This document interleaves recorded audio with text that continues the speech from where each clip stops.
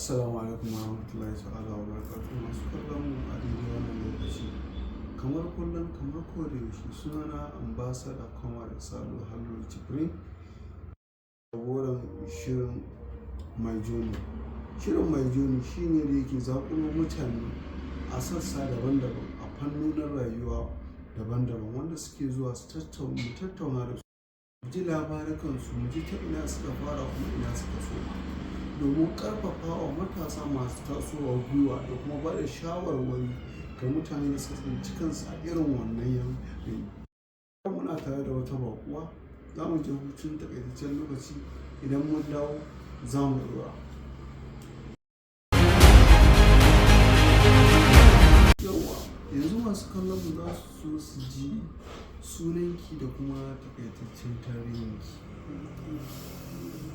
Assalamu alaikum warahmatullah.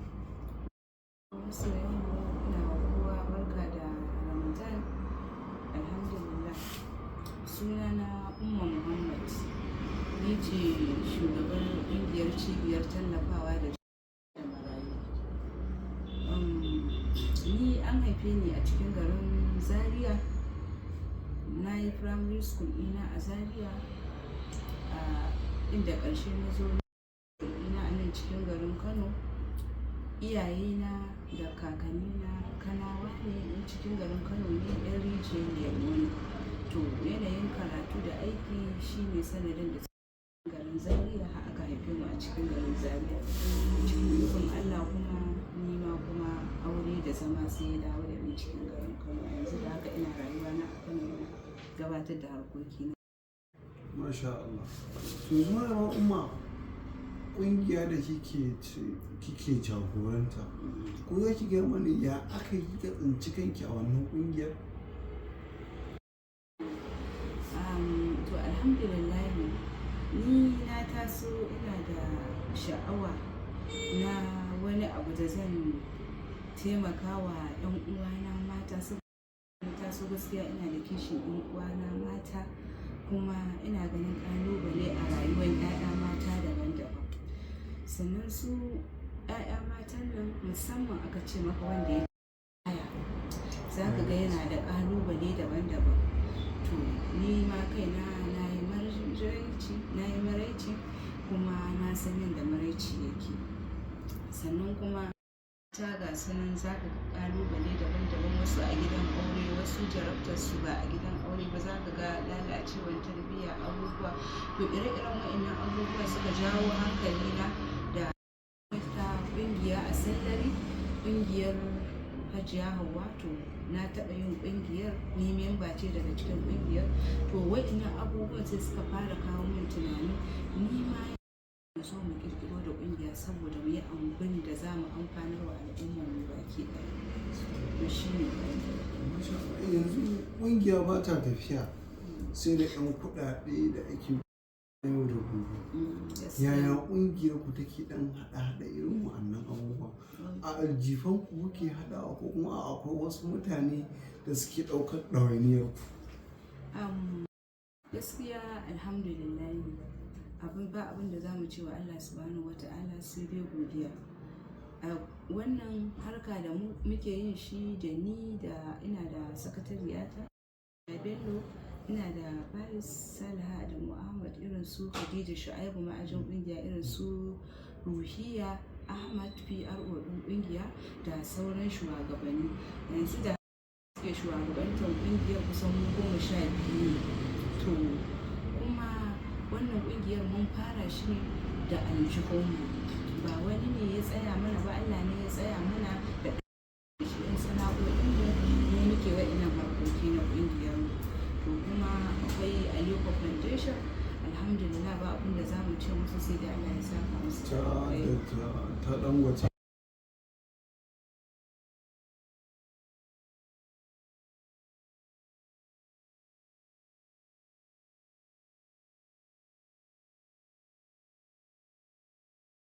Gudunmuwan abubuwa, kayan aiki ne, duka abubuwan da za a taru a tallafawa al'umma ne, duka ana yi. To ba abin da za mu ce musu sai dai mu ce Allah ya saka musu da mafificin alkhairi.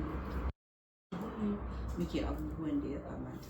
Masha Allah. To wannan marayun da kuke taimakawa kuna koya musu sana'a ne, ku ba su jari ko kuma a'a abinci ko sutura kuke ba su? kun san taimako kala kala, ko wanda zai koya ma sana'a ya baka jari ka tafi, ko wanda zai dauki abinci ya baka, ko wanda zai dauki sutura ya baka, ko wanne kuka fi mai da hankali? Alhamdulillah, na ji daɗin wannan tambayan da kai saboda kusan duk tambayoyin da kai mun kusan abu ne wanda shi muke aikatawa a cikin ƙungiyar. A yanzu da haka muna da santoci da yara sana'o'i na hannu irin su kaga muna koyar da su abayoyi, riguna, yan kanti, ɗinki, zannuwan gado, sannan muna koyar da su girke-girke su irin su makeup duka su takalmi, jaka, kayan sana'o'in hannu dai wanda ya mace za ta dogara da kanta. Ko kin je gidan aure zai kasance wata bata da zurfin karatun da za to idan ya kasance kina da sana'o'i na hannu za ki dogara da kanki. Idan mai gida bai bada ba ki da damuwa, ba za ki daga hankalin ki ba saboda kina da abin da kika dogara da kanki. Sana'o'i muna koyar da su da 'ya'ya, akwai 'yan mata da muke koyar da su a santocinmu, kuma akwai iyaye mata su ma da muke zama tare da su muna koyar da su, kuma muna matsalolinsu da shawarwari da wasu abubuwa da muka ga za mu iya wanda bai wuce karfinmu ba duka muna yi.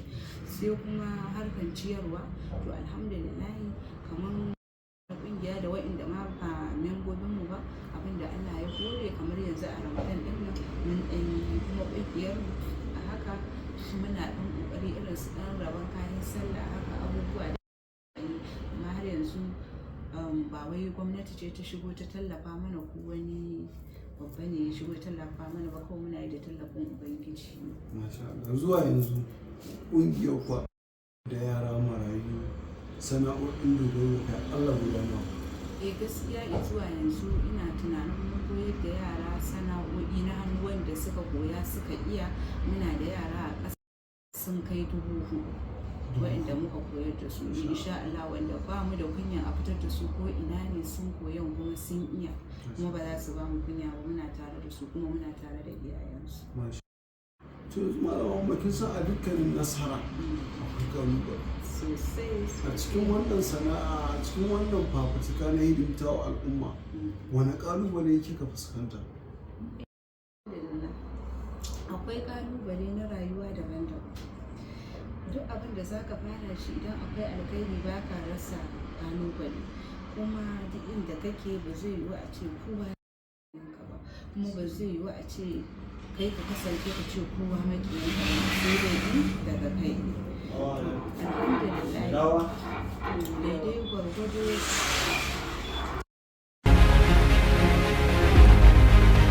To yanzu malama mun ji yanayin yadda kika sha kalubale na rayuwa, ya kuma kike haɗa ɗawainiyar ƙungiya da ɗawainiyar cikin gida a matsayin ki na matar aure kuma uwa?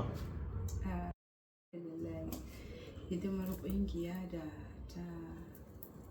ta cikin gida duka ba abin da aka fasa, ko yi ake, saboda ai ka san ƙungiya kusan in ce ai akwai lokacin da za ka ɗan samu hutu a kai sai wani abu ya taso, akwai kuma lokacin da zai kasance duka dai dole sai ka haɗa kai hidimar ka na cikin gida kuma ka yi harkar ƙungiya.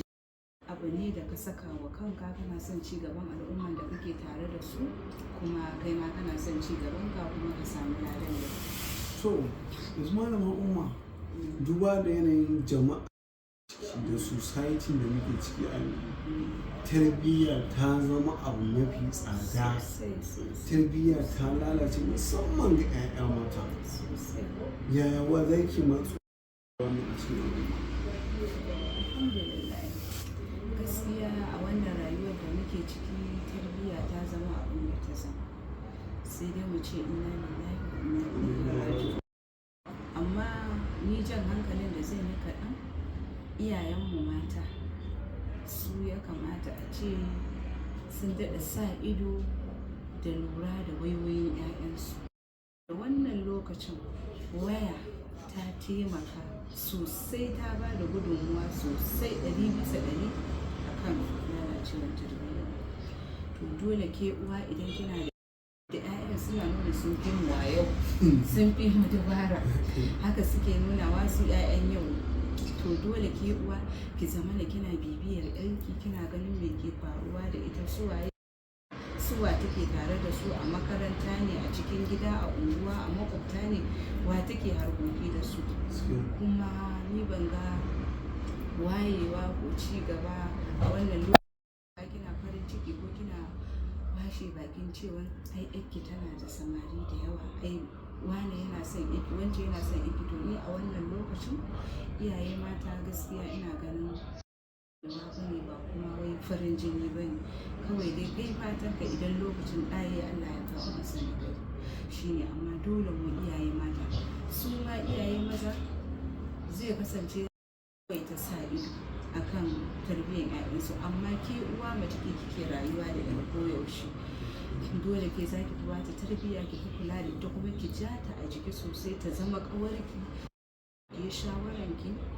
Idan aka yi haka to za ta daina baiwa ƙawaye labarinta da sirrinta, za ta zama ba ta da abokiyar sirri sama da mahaifiyarta, ba ta da abokiyar shawara sama da idan ya kasance baki ja ta a jiki ba, koyaushe tsakaninki da ita hantara da kyara, kina koranta, in ta zo tana tsoron ta magana da ke ko tana faɗin ko me ki ja ta a jiki za ki san sirrin. Amma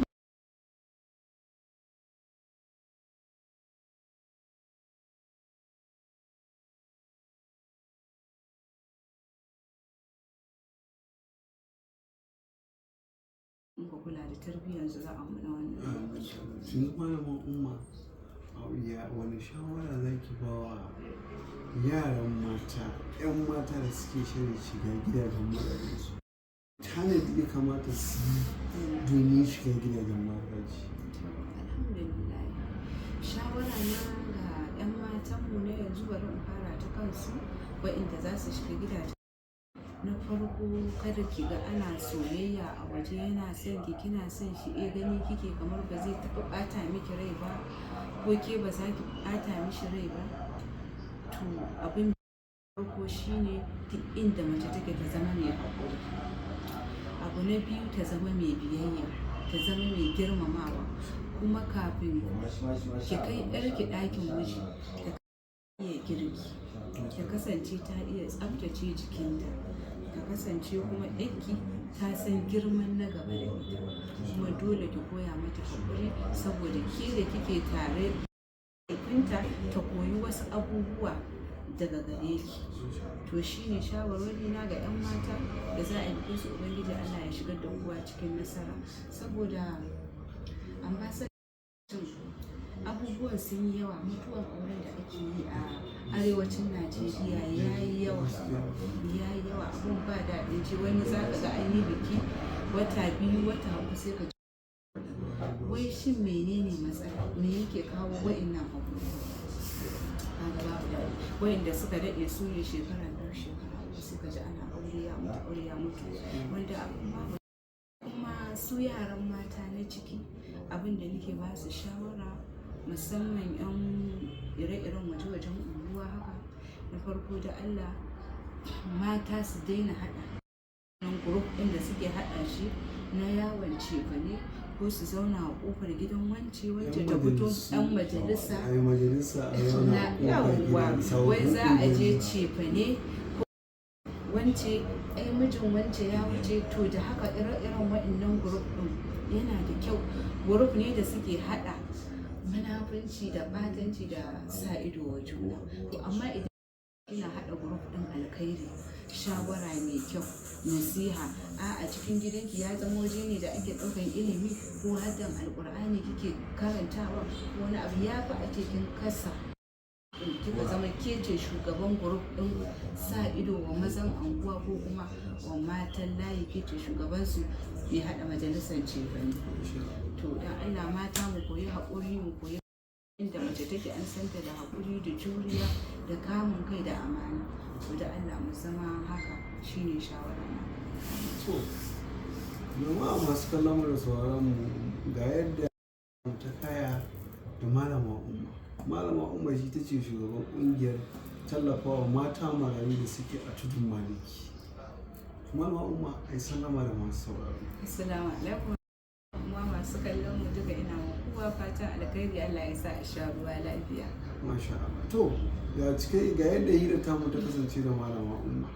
Masu kallon mu ku ci gaba da kallon shirin mai jin kamar yadda kuka sani shine da yake zaƙulo mutane a sassa daban-daban, gurare daban-daban domin tattaunawa da su irin yadda suke rayuwa da kuma yadda za su ba wa matasa masu tasowa shawara gaban rayuwa.